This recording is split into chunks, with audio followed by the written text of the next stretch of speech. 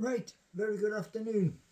So, in this video I've just come across a story and it leaves a sour taste in the mouth. Now, we all support Newcastle United here. However, some of the players who come to play at St James's Park, they've come from the lower tiers of football, whether that be the Championship or whether it's young players who go on to Newcastle's academy.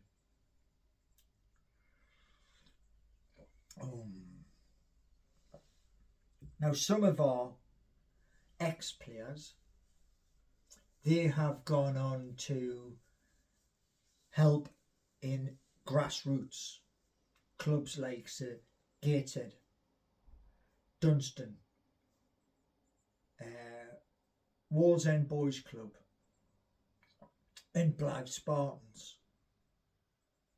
And this story I just came across, apparently the people who run Gateshead International Stadium, they're 860,000 in debt, which ain't good. And they tried to get a 10-year lease at the stadium. Now, it's been denied. And there was talk of Gateshead being promoted. And that didn't happen because they couldn't secure the stadium. Plus there was other bits and pieces too. But grassroots football is where the money from the Premier League is meant to filter down. And it dismays me because Gateshead Stadium, I've been there quite a few times for rock concerts, mostly on the hill just behind, but still been there. And it really makes me wonder. A place like that, a place like I've gone past the Dunston Football Club quite a few times as well when I've been driving the 100 shuttle. These are places that I think they need money to keep them going, and they need also to redevelop so they can get more supporters in. So it is a huge, massive subject. But here's the thing. Hopefully something can happen where the council in Gateshead will allow them to carry on playing football at the International Stadium. So I'd hate them to be like thrown out and it to be turned into some other kind of venue or business, because stadiums like the International Stadium in Gateshead, in Felon, they're special, same as St James's Park, who recently had Sam Fender playing live over a few days, and lots of people went to see that.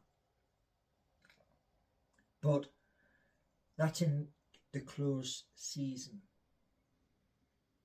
and I want to see grassroots develop, and at the moment it seems to be on a sticky wicket, which is another sport completely. But it's not very good, is it? I mean, Blyth Spartans, up in the north, has now got Nobby Solano, ex-Newcastle United. So they now have a mentality up in Blyth, and let's hope that Blyth can push on under Nobby. Oh. It makes me wonder. And that's the thing. When I see these things, because I'm down in Rushcliffe in Nottingham, I don't like it. And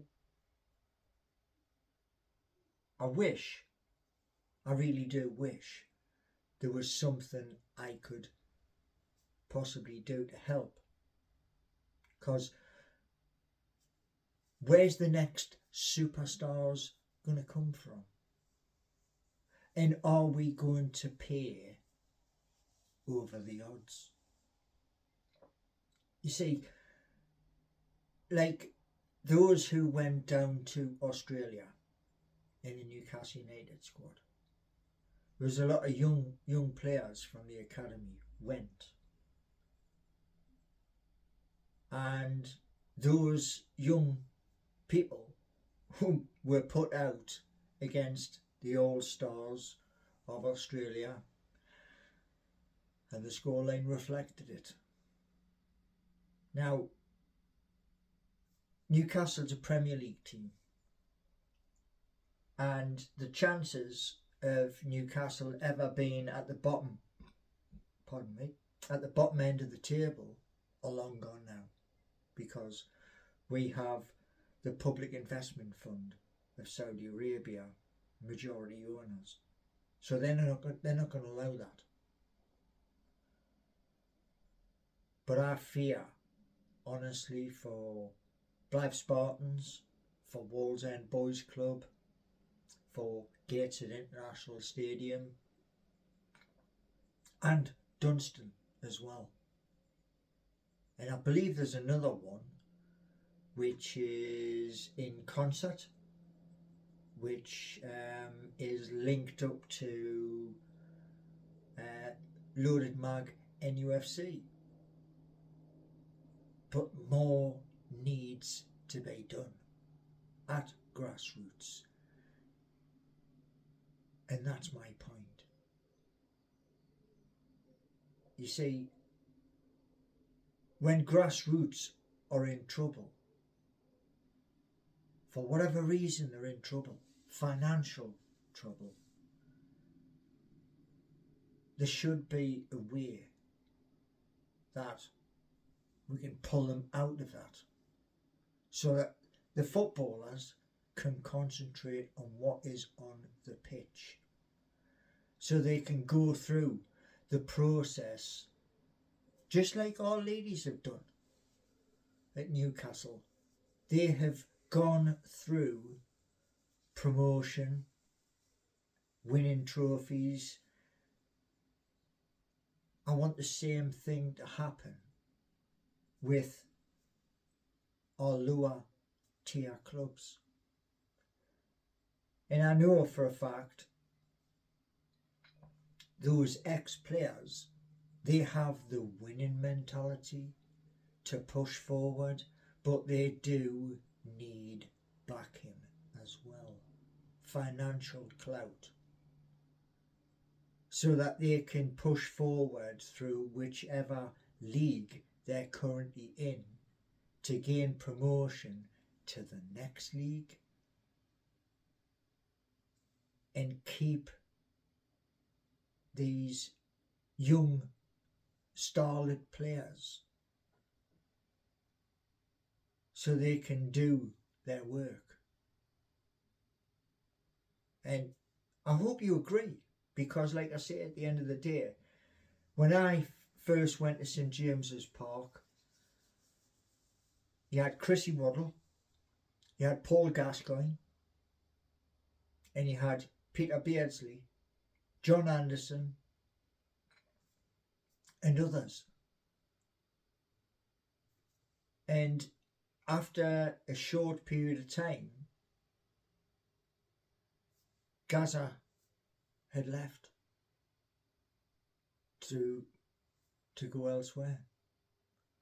And these are people who are extremely gifted, just as some of these young players at these other teams in the northeast region. I reckon they should have a chance instead of being pushed aside. Give them the opportunity to shine, and hopefully some kind of rescue package may come because of doing this video. I hope so, because without grassroots, what is football? Truly, what is it? You know what I mean?